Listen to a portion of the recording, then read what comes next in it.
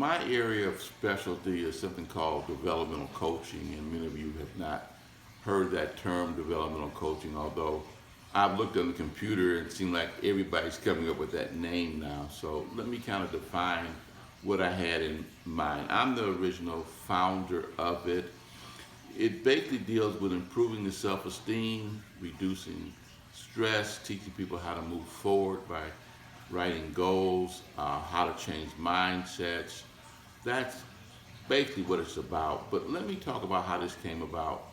A number of years ago, I had the opportunity to hear about an area called coaching, and I didn't think very much of it because I come out of a counseling, psychological background. And so when I heard about coaching, I just broke out laughing. And to make a long story short, a friend of mine came to me and said, I'd like for you to read this contract I just signed. And she just signed a contract to be a coachee, I guess they would call them, for $150 for 30 minutes. And I said, well, what are they going to be doing? And she said, well, they're going to be coaching me over the telephone. Again, I broke out laughing. She said, you better stop laughing and take a look at this because this is going to be a part of the future. And she was right. It is a part of the future. So I enrolled in my first coaching class. I paid about $500 a month for about 5 or 6 months of training. And it was horrible training. I just didn't learn anything near. I wasn't resistant or anything like that. I was on the phone with other people from around the country who had PhDs and so forth. And I was very eager to learn about this since you can make that kind of money. And so once I finished it, I was very disappointed because I felt there was a lot left out. And so I said, well, you know what? I'm going to go and enroll in another coaching program. And so I called a coaching program and I explained to them the frustration I had gone through. And they said, wait a minute, we're going to refer you to our international trainer. And they did. And I talked with her for about an hour.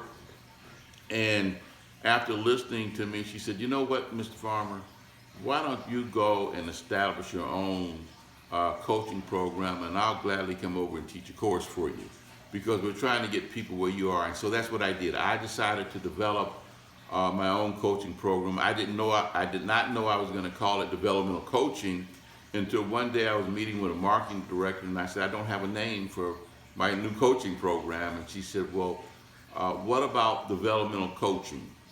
That's how that name came about. And so I said, you know, I don't see that anywhere, as many of you probably see it everywhere now.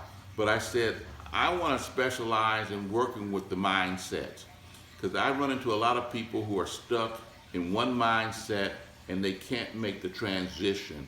I run into a lot of people who are stressed and they don't know how to manage their stress or even manage some of their emotions. They get stuck in a negative emotion and they stay there.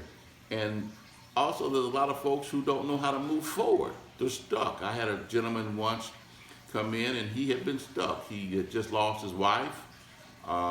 He was in a car accident. You could tell from the limp he had in his leg.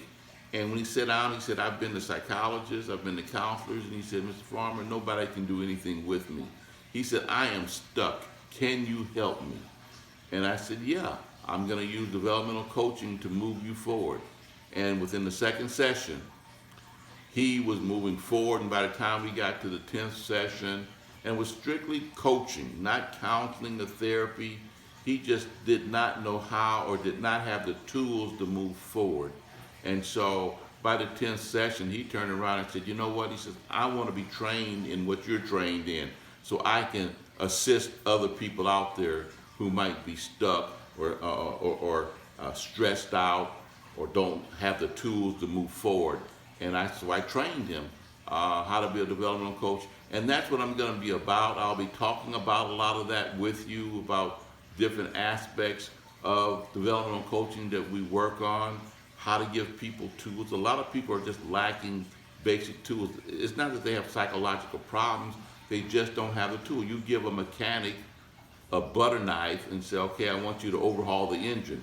He's not going to be able to overhaul it for two reasons. If he doesn't have the information, he won't be able to do it. If all he has is a butter knife, he's not going to go very far with that. And that's the way some people go through life, with a butter knife.